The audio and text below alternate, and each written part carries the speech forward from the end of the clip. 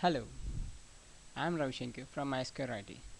In this video, I'm going to show you the configuration of Openfiler as an iSCSI target. Okay, here I'm going to add 5 virtual disks of 2 GB each size of SCSI type. I have already added 4 of them and adding one more.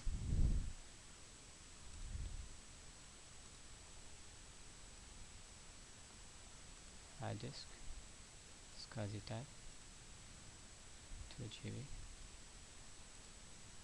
Okay, power on the virtual machine. Simplest iSCSI implementation doesn't require any fiber channel components. It basically requires 3 components. It's a host, IP-based network, and target. Host means it's an initiator. iSCSI host connectivity requires hardware component such as an IC with software component, iSCSI initiator, or else an iSCSI HBA host bus adapter. Microsoft has its free iSCSI initiative for Windows. By default, this is installed in Windows 7 and in Vista. If there is a heavy input-output load situation, then it is better to use TCP offload engine and IC card than the standard one. Okay,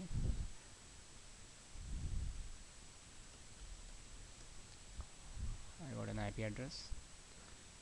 DHCP is running in my LAN. Okay.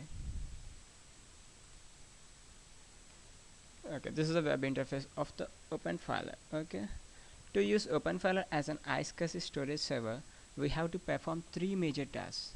The first one is we need to set up iSCSI service, and next is create physical storage and then configure host access. Okay, now I have clicked on services tab, iSCSI target server. By default it is disabled, we need to enable it. Okay, now we have enabled it. We can even check in the Openfiler console through command prompt whether it is actually running or not. Okay, so type service base iSCSI hyphen target status. So it is showing us it is running. Okay, now let's shift on to the web interface. Okay,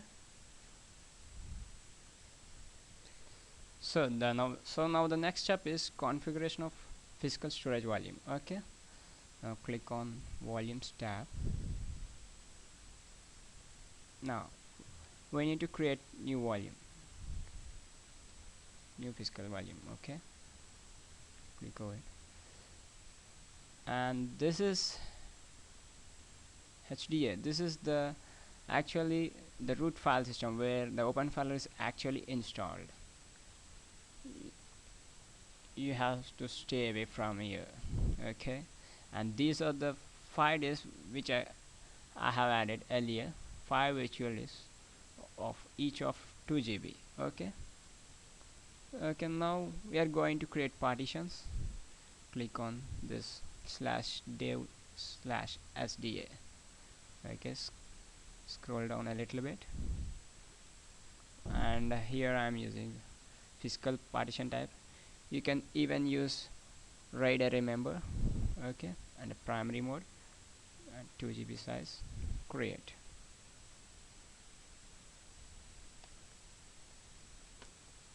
Now the partition has been created, which you can see over here. Okay, now again click this, sorry. Okay, click on volumes. Now go to block devices and the repeat same process for rest of the devices. Okay, create.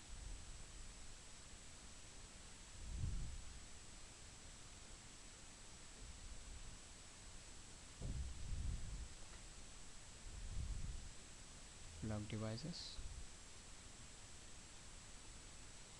third one, scroll it down, create.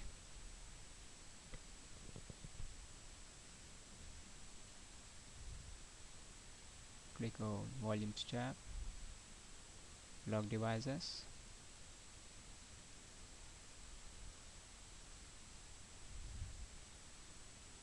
create.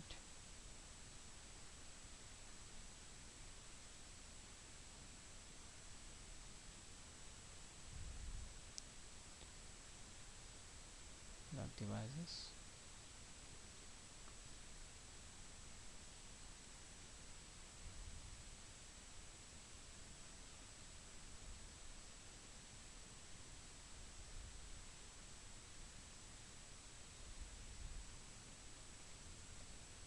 Now the partitions has been created, and now click over here. The next thing is we need to create a volume group, and then this virtual disk to be particular. Wait a minute, 1 second. Yeah, this is a volume. We need to name it. And I'm naming it as iSCSI underscore VG. Okay.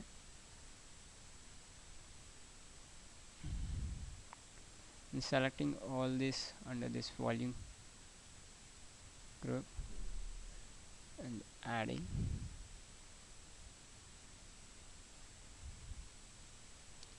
So now multiple physical volumes are added into a single volume group. These are the physical volumes which are added into this volume group.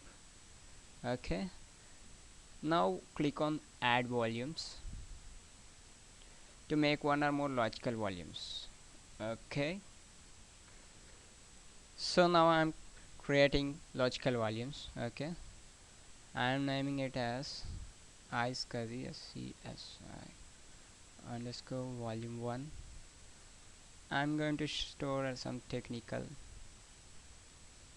data over in it, and I'm using, let's say, something around 502 MB, and iSCSI type create.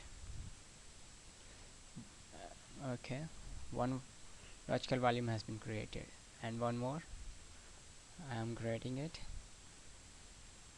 iSCSI underscore volume 2, and I'm using for entertainment. Okay,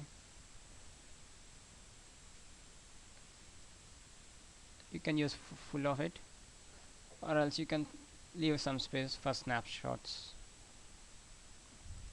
Okay, iSCSI create. So now these are the two logical volumes which are created. Okay, I will explain it clear. These are the actual disks that the iSCSI target server will offer to clients, and the client will use them. These are also referred to as LUNs, logical unit number. Okay, this is now the LUNs has been created. So now we have two LUNs to offer to the client. Okay, now make an iSCSI target, click on it. Okay, it assigns a name for this that Openfiler will offer to clients. This is the name. Okay, IQN stands for iSCSI qualified name. This is the year and month, and this is reverse domain name, and this is optional string. Okay, we can change it. I'm keeping it as iSCSI. Okay, now click on add. Select a particular iSCSI target. Okay, this one. Click on change. Okay, now leave all the default settings and click on update. Okay, now click on LUN mapping. Okay, here we have two LUNs which we want to offer to our client, so we need to map these LUNs to the target. Okay, so click on this map and this map. So now the LUNs has been mapped. Now the final step is to configure host access. Okay, so now I have clicked on network access control list. Click over here. Okay, now we need to configure. So name it as something like iSCSI underscore clients LI. Okay, and my client network is 172.18.4.0. and it is of /24. Okay, click on update. Anybody on the subnet would be able to access this with chat authentication, which I'm going to give right now. Okay, this one. And now click on volumes, go to iSCSI targets. By default it is deny. You need to make it as allow and hit on update. Okay, we can even give access to particular host also. Okay, so chat authentication, it's updated. Chat authentication. Okay, I'm giving okay, Ravi, my name, password.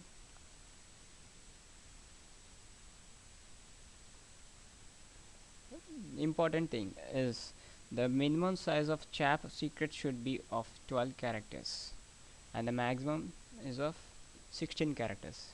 As I am using only one-way chat authentication, incoming user is sufficient. Okay, now also I'm going to put an additional security.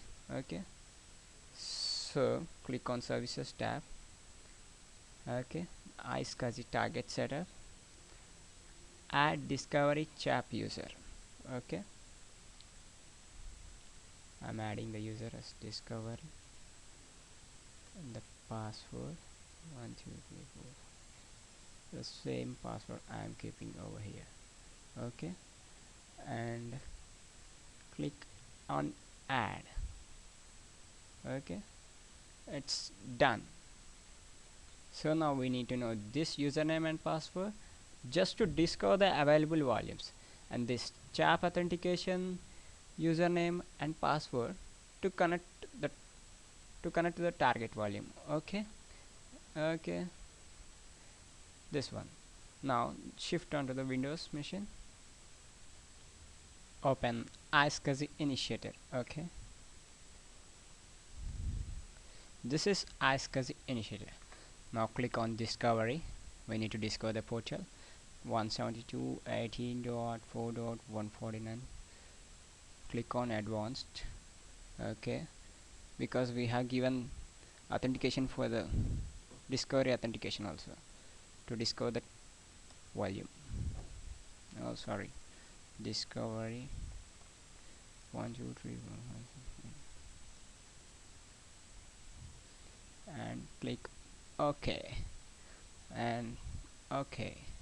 Now go to targets. See, now the volume has been discovered, but it has to be connected. Okay, now click on connect, go to advanced, enable chat login.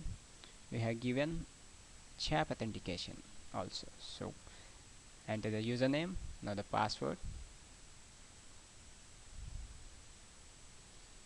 Okay, click on OK, click on OK, and it shows it's connected. You can even check this option in web interface also. Go to status, go to iSCSI targets.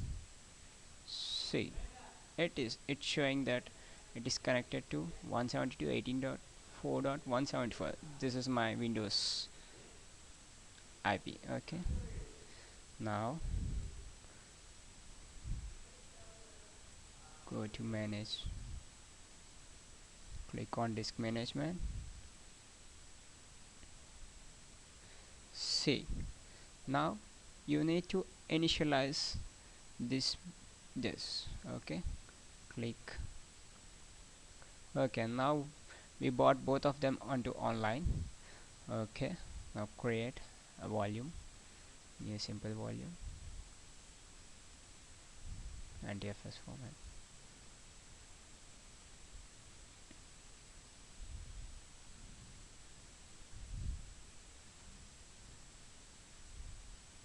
It's created.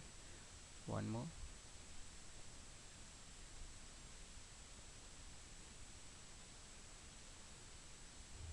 It's formatting. now. That's it. Now we have two logical drives in our Windows machine. We can use it as a regular normal drives. Okay, that's it. Hope this is useful to you. Thanks for watching. Have a great day. Bye bye.